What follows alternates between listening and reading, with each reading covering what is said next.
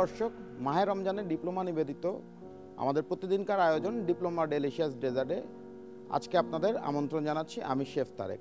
প্রতিদিনকার মতো নতুন একটি রেসিপি নিয়ে আজকে আপনাদের সামনে আমি এসেছি। আজকে আমরা যে ডেজার্টটি বানাবো সেটার নাম হচ্ছে ক্রিম কাতালানা। ক্রিম কাটালানা বানাতে আমাদের লাগবে diploma full cream milk powder 200 গ্রাম, ওয়াটার 2 কাপ, এগ 4 থেকে 5 পিস, ঘি 1 টেবিল স্পুন, সুগার 100 গ্রাম, অরেঞ্জ 2 পিস। চলুন এখন আমরা দেখি এই ক্রিম কাতালানা কিভাবে তৈরি করতে হয়। ক্রিম কাতালানা তৈরি করতে প্রথমেই আমাদের যেটা দরকার যে আমাদের লিকুইড মিল্ক দরকার। সো আমরা এখানে ইউজ করছি diploma full cream milk powder, যেটা খুব রিচ এবং ক্রিম একটা পাউডার মিল্ক, যেটাকে আমরা লিকুইড ভার্সনে নিয়ে যাব। লিকুইড তৈরি করার জন্য আমরা যে জিনিসটা করব, আমরা 4 টেবিল চামচ পরিমাণ পাউডার মিল্ক নিব।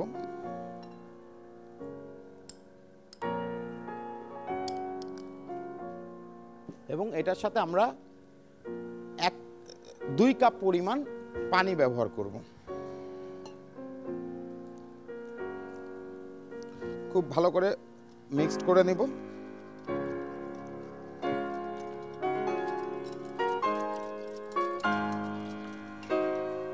তারপর আমরা লিকুইড মিল্কটাকে বয়েল করব।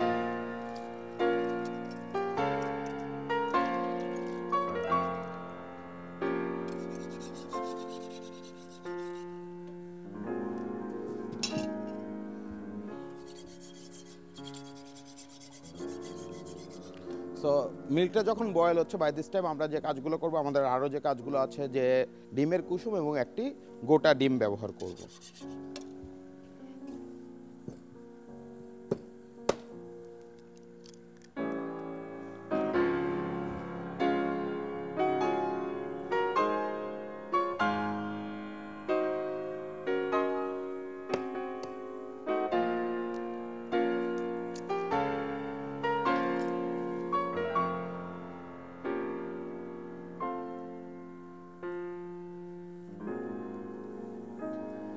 আমরা দেখতে পাচ্ছি যে আমরা যে মিল্কটাকে লিকুইড করেছি সেটা আস্তে আস্তে বয়েল হচ্ছে এবং এটা বয়েল হয়ে গেছে। এটা আমরা এবার চুলা বন্ধ করে ঠান্ডা করব। এর মধ্যে আমরা এগ ইয়োগটা, whole egg, sugar, orange juice এগুলো সব একসাথে হুইস্ক করব বা ব্লেন্ডও করতে পারি। আমি মানে তাড়াতাড়ি এবং সবার সুবিধার্থে জিনিসটাকে ব্লেন্ড করছি।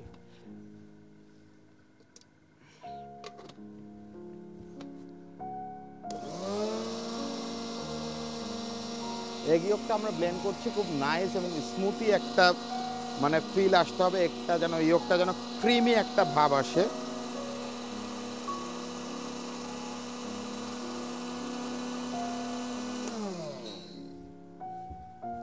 তারপর এটাতে আমরা একটি হোল এগ দিব।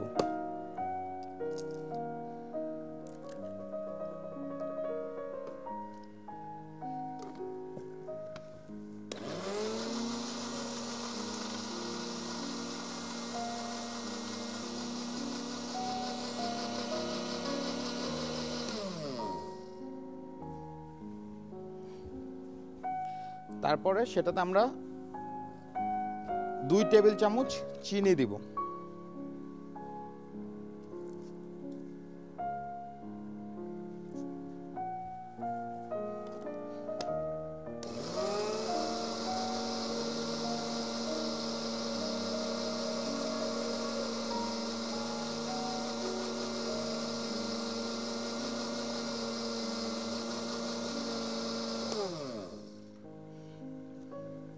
এখন এটাতে আমরা কিছু অরেঞ্জ জেস্ট এবং অরেঞ্জ জুস অ্যাড করব এবং আমরা যে মিল্কটা বয়েল করছি এখানেও আমি কিছু অরেঞ্জ জেস্ট ইউজ করব, যে জাস্ট একটা ফ্লেভার দেওয়ার জন্য এবং একটা সুন্দর টেস্ট দেওয়ার জন্য।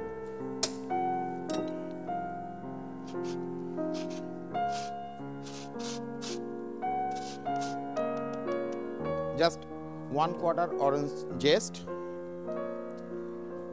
এবং 1/4 অরেঞ্জ জেস্ট এগ মিক্সচারে।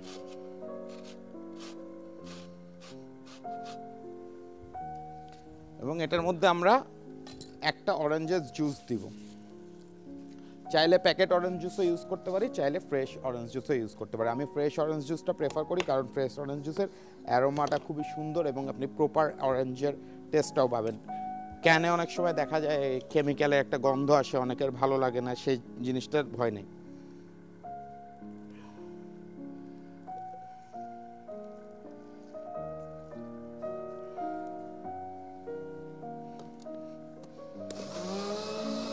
আবার ব্লেন্ড করব, make it really nice smooth and thick mixed.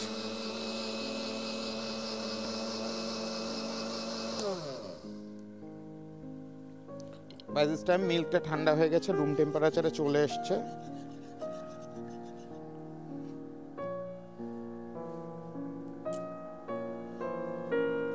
আমরা মিল্কটাকে অ্যাড করব।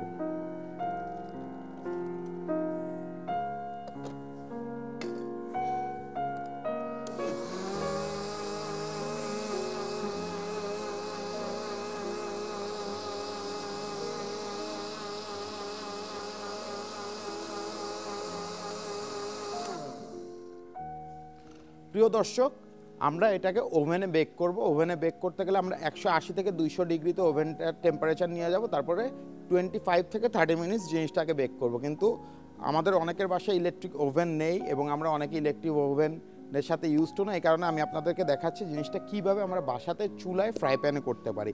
ফ্রাই প্যানে যেটা করব, আরেকটি ফ্রাই প্যানে আমরা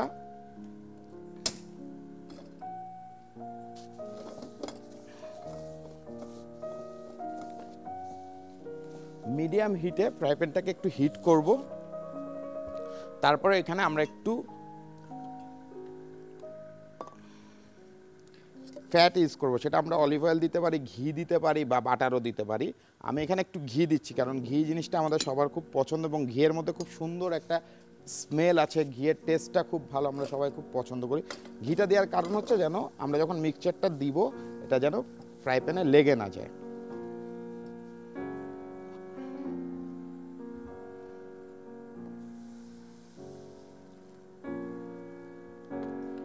যেহেতু আমরা এটা ওভেনে করছি না, আমরা ফ্রাই প্যানে করছি, তো একটা জিনিস করতে হবে যে আমাদেরকে প্রথমে একটু নেড়ে নিতে হবে যেন মানে এটা ওভার কুক বা আন্ডার কুক না হয়। মিক্সিংটাকে খুব ভালো মতো নেড়ে নিতে হবে।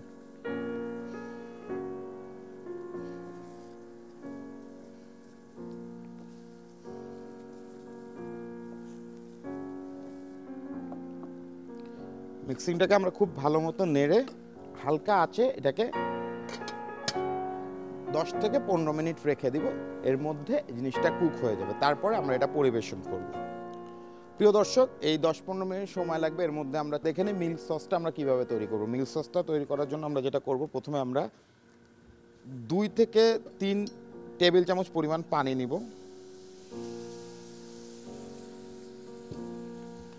এবং এটার সাথে আমরা 1 টেবিল চামচ পরিমাণ diploma full cream milk powder দিব এবং আধা টেবিল চামচ পরিমাণ সুগার দিব। এটার মধ্যে কেউ যদি চান অন্য কোনো ফ্লেভার দিতে সেটাও দিতে পারেন।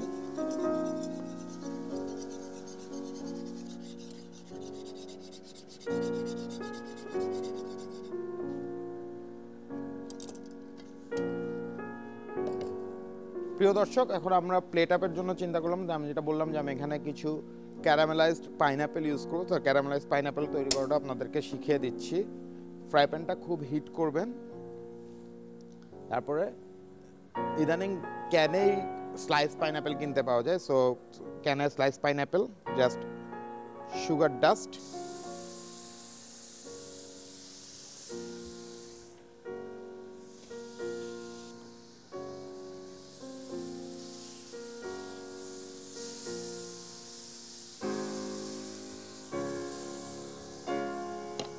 So nice caramelized pineapple.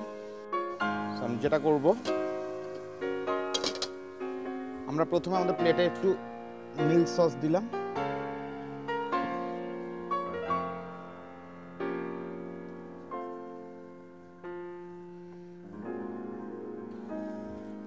তো আমরা প্লেটে ডেজার্টটা দিলাম, few cherry, milk sauce,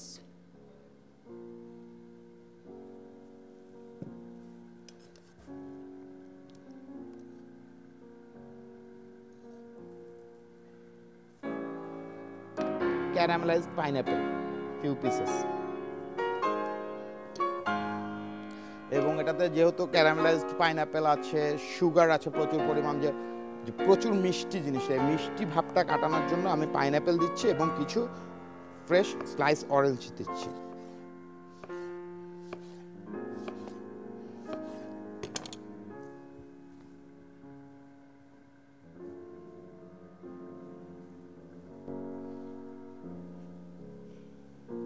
and top with a nice red cherry. প্রিয় দর্শক, আপনারা দেখলেন আমরা কত দ্রুত এবং কত অল্প সময়ের মধ্যে diploma full cream milk powder দিয়ে তৈরি করলাম বিখ্যাত ইটালিয়ান ক্রিম কাতালানা।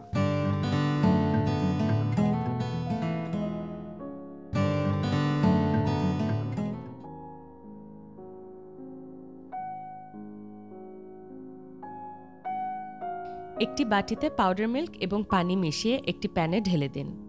ব্লেন্ডারে ডিমের কুসুম ব্লেন্ড করে নিন।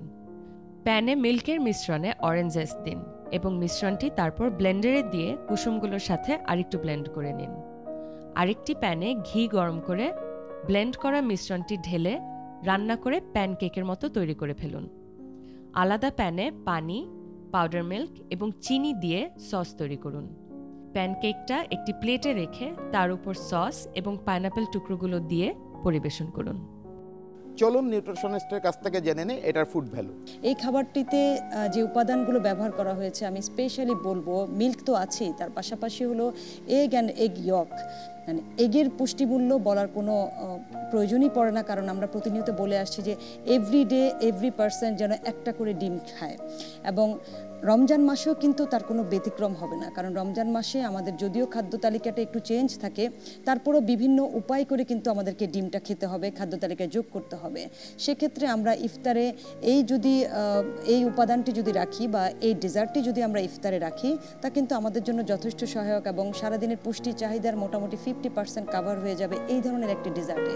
আর ডিমের মধ্যে যে পরিমাণ ভিটামিন বি কমপ্লেক্স থাকে, যাকে আমরা কলিন বলে থাকি, যা ব্রেনের নিউরো ট্রান্সমিটার হিসেবে কাজ করে, এবং প্রচুর পরিমাণে রয়েছে ভিটামিন এ, ডি, ই, কে। অনেকের ভ্রান্ত ধারণা আছে যে ডিমে রয়েছে প্রচুর পরিমাণে ফ্যাট। তাদের জ্ঞাতার্থে হলো যে ডিম 100% প্রোটিন একটি খাবার। যতটুকু ফ্যাট আছে তা আমাদের বডির জন্য যথেষ্ট উপযোগী একটি খাবার।